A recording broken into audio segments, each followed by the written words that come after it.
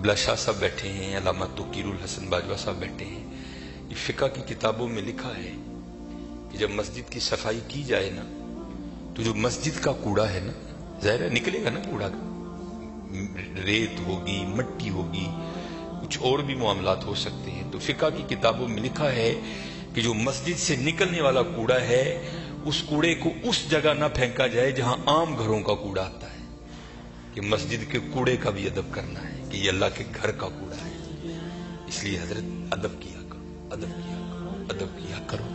ادب پہلا کرینہ ہے محبت کے کرینوں میں. اس لیے جب کبھی اللہ جل شانہ کے گھر میں آنے کی توفیق ہو جائے نا تو اپنی آوازیں پست رکھا کرو، یہاں آواز بلند نہیں کرنی ہے. یہ بہت بڑے بادشاہ کا دربار ہے، تو وہ کیونکہ ملک ندیم تھا، یہ اللہ کا دربار ہے، اس نے تو یہاں ہی کہہ دینا تھا نا جو کہہ دینا تھا. کہا یہاں بھی جائے گا لیکن آپ کو خبر نہیں ہوگی آپ کو کس انداز میں کہہ دیا جائے گا. کیونکہ بزرگوں سے ہم نے سنا ہے کہ وہ کسی کو لاٹھی لے کر مارنے نہیں آتا، لیکن کیا کرتا ہے بندے کو مت پٹھی ڈال دیتا ہے پھر. اس لیے ہمیشہ حضرت اس کا ادب کرنا ہے، اس کا احترام کرنا ہے. میں نے جب پڑھا نا کہ حضرت سیدنا عمر بن خطاب امیر المومنین رضی اللہ تعالیٰ عنہ آپ مسجد کی صفائی خود کیا کرتے تھے، آپ مسجد کی صفائی خود کیا کرتے تھے. اس لیے حضرت اس گھر سے پیار کرو، اس گھر کی خدمت کرو، اس گھر کو سجاؤ، اس گھر کو سنوارو. جس کسی نے بھی اس گھر کی خدمت کی نا تو حضرت پھر وہ خالی نہیں رہا کبھی بھی. یہاں حضرت دنیا کے دو ٹگے کے جو چودھری ہیں ان کی کرو تو کچھ نہ کچھ مل ہی جاتا ہے حضرت. وہ یہ تو حضرت بادشاہوں کے بادشاہ کا گھر ہے حضرت، تو اس کی کرے گا تو اسے نہیں ملے گا حضرت، اسے اتنا ملے گا کہ نسلوں سے بھی ختم نہیں ہوگا.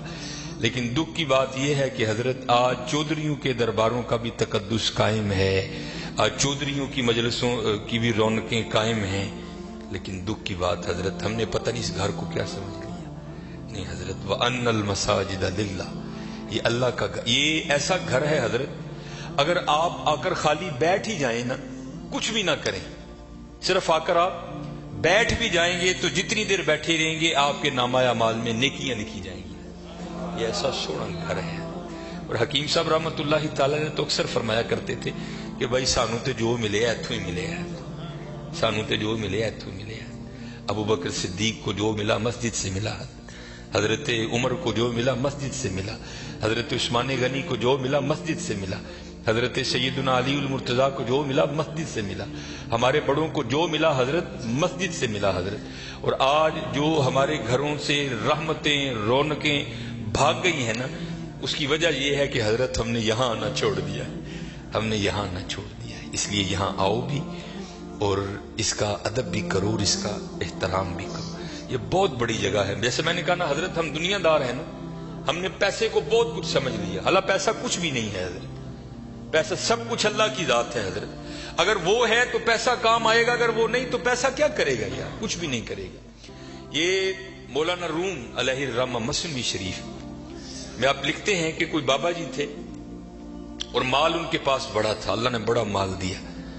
وقت نزا آ گیا، ان کو پتا تھا جو میرے بیٹے ہیں وہ نکمے ہیں، مال میں نے کمایا ہے، یہ عیاشی کریں گے اجاڑیں گے، جواب اللہ کے حضور مجھے دینا پڑے گا. علماء سے صوفیاء سے ان کی سنگت تھی، صحبت تھی، مشورہ کیا. انہوں نے کرتے کیا ہیں، انہوں نے 2 وصیتیں لکھی. پہلی وصیت لکھ کے نا شاپر میں ڈال کر اوپر لکھتے ہیں اس وصیت کو تب پڑھا جائے جب سارے لوگ میرا جنازہ پڑھنے کے لیے اکٹھے ہو جائیں.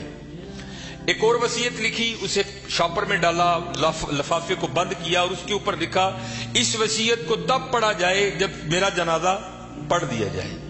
اب چودھری تھا، میں تو اکثر احباب سے پوچھتا ہوں پتہ نہیں حضرت ہم نے تو کہیں نہیں پڑھا، شاید آپ نے پڑھا ہو تو ہمیں بھی بتائیے گا کہاں لکھا ہے کہ امیر کے جنازے میں زیادہ ثواب ہے، غریب کے نہیں ہوتا. غریب کے جنازے میں آتا ہی کوئی نہیں حضرت، پاس سے بھی گزرے گا اپنی دکان پر بیٹھے رہیں گے، غریب کے جنازے پہ کوئی بھی نہیں جائے گا حضرت. اور اگر جنازہ ہو کسی امیر آدمی کا، ہمیں اطلاع کسی بھی راہ صلاح سے مل جائے ہم ضرور پہنچیں گے حضرت. اور یہ میں نے اب دیکھا ہے حضرت، پہلے جنازے پہ کون ملا کرتا تھا کسی سے، اب جناب جنازے پہ بھی لوگ ایسے ملتے ہیں جیسے شادیوں پر ملا جایا جاتا تھا. اور اس کا مقصد کیا ہوتا ہے، پاجی دھیان رکھیو میں بھی آیا جی تے جے کل کو میرا مر گیا تو تسی بھی آنا جی. عجیب رنگ لگ گیا یار.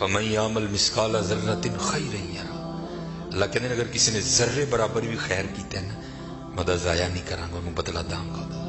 اور کیونکہ وہاں تو حضرت تول ہوگا، فاما من ثقلت موازینہ فہو فی عیشۃ راضیہ، جنہیں نیکیاں ود گئی ہیں اور زندگی دل پسند ہوئے گی۔ اسی لیے جو اللہ والے ہیں وہ نیکیوں کی بڑی قدر کرتے ہیں، وہ ایک نیکی کو بھی ضائع نہیں ہونے دیتے، ہو سکتا ہے کل یہی کام بنا دے۔ اور ہم تو یہاں حضرت ایسے نیکیوں کو ضائع کرتے ہیں کہ الامان والحفیظ۔ حضرت وہ بابے اور عیسان تین نال مریض سن، ویکھیا جنازگاہ چ لوگ کھلوتے نے، جانا ہی ہے نا کتے 5 منٹ لیٹ ہو جائیں گے، فری دی نیکی ہے، آؤ چلیے۔ آ کر کیا دیکھتے ہیں، بابا جی اور کلے مولوی صاحب، دنیا جناب کھڑی ہے ادھر۔ وہ بابے مولوی انہوں نے پوچھنے لگے، مولوی جی حکم تے ہے وے کہ جنازے دا معاملہ ہے تے چھیتی کرو، جنازہ کیوں نہیں پڑھن دے؟ مولوی صاحب کہنے لگے، حضرت بابا جی جاتے ہوئے وصیت کر کے گئے ہیں کہ جو لوگ میرا جنازہ پڑھنے کے لیے آئیں اور آ کر بھی نہ پڑھیں، میرے پیسے ان میں تقسیم کر دیے جائیں۔ یہ سارے وہ بدبخت کھڑے ہیں کہ جن کو نیکیوں کی ضرورت نہیں ہے، یہ کہتے ہیں ہم نے پیسے لینے ہیں۔ اب آپ بتائیں آپ کا کیا معاملہ؟ پھوکو پیسے ہیں، جو میرے مقدر میں ہے۔ بابا جی کہہ رہے جو میرے مقدر میں ہے کون روک سکتا ہے؟ میاں محمد بخش رحمت اللہ تعالی علیہ بڑی خوبصورت بات لکھی اور میں نے بے تحاشا بار مشاہدہ کیا اس کا۔ آپ فرماتے ہیں اندھیر غبار باورچی خانہ سہ منا وچ پکدا، باج مقدروں ککھ نہیں لبدا، دیگی روے ترکدا۔